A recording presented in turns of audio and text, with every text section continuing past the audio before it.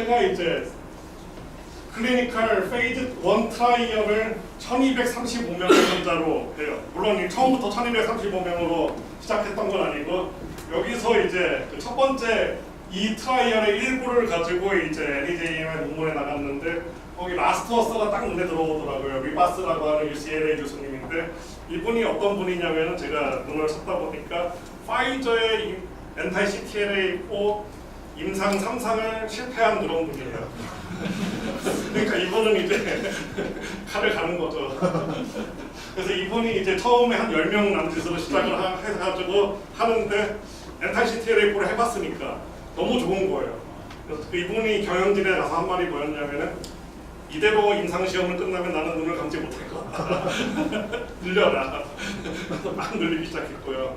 그 다음에 이분이 한 게 이제 약간 그 스토리를 알고 보면 이게 독수성이다 뭐 이런 생각도 드는데 그런 BMS의 이필리비움막 그러니까 엔타 CTLA4에서 실패한 환자들을 모아서 다시 해요. 거기 실패했는데 여기서 잘 된다.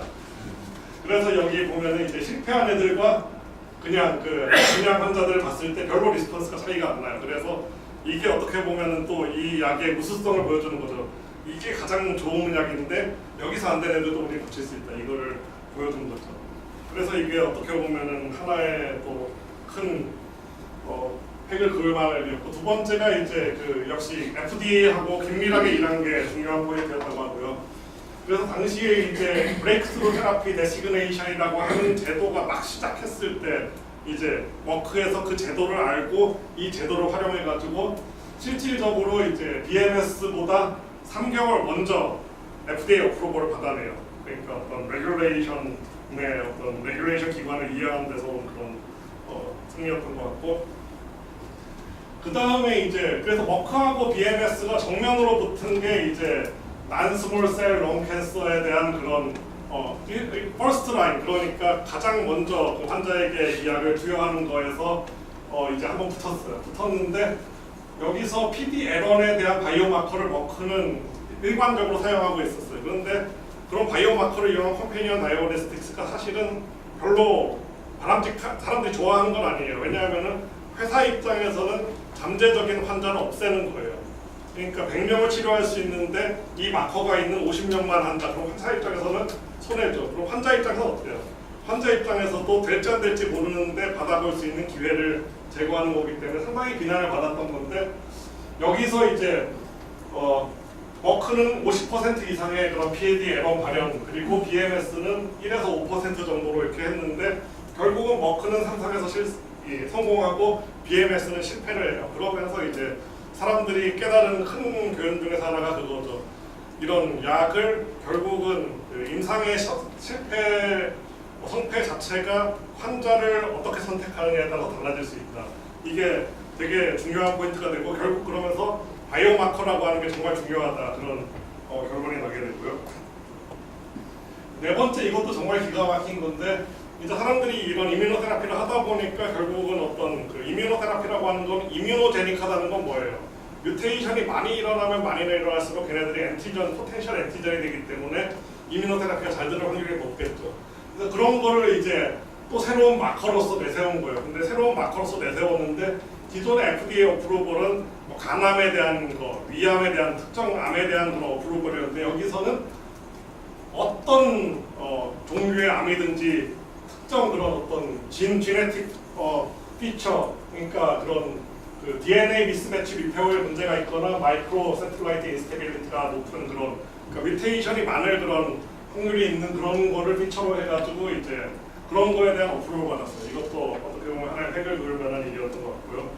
그래서 이제 최종적으로 이런 여러 가지 공격적인 전략을 통해서 머크가 이제 BMS보다 더 매출이 많아지는 그런 상황에 이르렀어요. 그렇지만 특허의 중요성이 여기서 나오는 것 같아요. 그래서 이제 BMS하고 오노가 이제 당연히 머크를 대상으로 소송을 했어요. 특허 소송을 해가지고 소송의 정말은 정확하게 알지 않지만 작년에 이제 머크가 상당한 업프론트와 그런 러닝 로열티를 주기로 하는 거로 이제 훈훈하게 마무리가 되니까 머크가 돈을 많이 벌고 그 돈의 일부는 다시 BMS와 오노가 가져가는 그런 거로 이제 정리가 됐어요. 그래서 이제 이런 과정을 거쳐서 엔타이 PD1이 상당히 보편적으로 활용되게 됐고, 엔타이 PD1이 되니까 그러면은 특허나 뭐 여러 가지 측면에서 엔타이 PD1을 또 만드는 것보다는 PD 에론을 한번 블락킹 해봐도 좋지 않겠나 이런 생각을 당연히 하게 되겠죠. 그래서 엔타이 PD 에론 같은 경우에도 이제 많은 회사들이 지금 일을 하고 있고,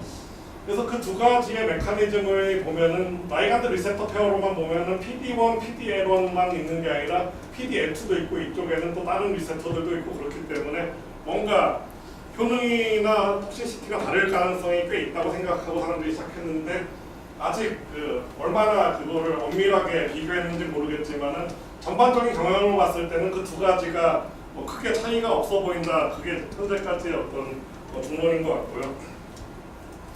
그래서 이제 BMS가 가지고 있는 가장 큰 무기는 뭐예요? 이 엔타이 CTLA4와 엔타이 PD1을 다 가지고 있다는 거죠. 그래서 이제 여기서 메타스태틱 멜라노마에 대해서 컴비네이션 했을 때 에피커시가 거의 50%까지 올라갔다 이런 리포트를 했고, 문제는 이제 에피커시가 올라가는 거와 톡시시티도 올라갔다는 그런 문제가 있겠죠. 그렇지만은 이런 걸 통해서 이제 콤비네이션을 통해서 아주 드라마티컬한 인크리즈를 효능 향상을 할 수 있다 이런 가능성을 제시했고요. 그래서 이게 작년까지 이제 발표된 그런 체크포인트 블락케이드를 정리한 건데, 상당히 많은 종류, CTLA4는 아직까지 한 종류, 하나 정도가 더 지금 진행 중인 걸로 알고 있는데, PD1 두 종류, PDL1 세 종류가 이제 실제 클리닉에서 활용되고 있고, 실제로 이 분포를 보면은 이제 CTLA4는 여전히 멜라노마 이외에는 크게 뭐 진전을 보이지 않고 있는데, PD1, PDL1의 경우에는 상당히 그런 넓은 용도로 사용되는 게 이제 에피커시와 톡시시티 양면 측면에서 다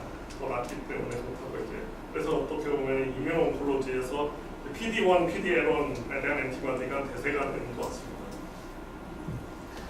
그렇다고 체크포인트가 뭐 그거 PD1, PDL1, CTLA4만 있는 건 아니고 그 이외에도 상당히 많은 종류의 그런 것들이 있고, 이거에 대해서도 이제 많은 종류의 약들이 개발되고 있는데, 아직까지 PD1, PDL1에 대한 엔티바디를 능가할 만한 거는 없다고 알고 있고요. 그래서 이제 정리를 하자면은 그 어떤 체크포인트 블락케이드라고 하는 거는 이제 기존의 어떤 아주 난치성 암의 경우에 생존 기간이 짧은 거에 대해서 어떤 타겟티드 테라피의 경우에는 그 생존 기간의 메디안을 어떻게 하면 조금 더 늘려줄 것인가 그런 거였다고 하면은 이게 이 경우에는 이런 식으로 그 서바이벌, 그러니까 어떤 서바이벌하는 프랙션이 일부가 생기게 된 거죠.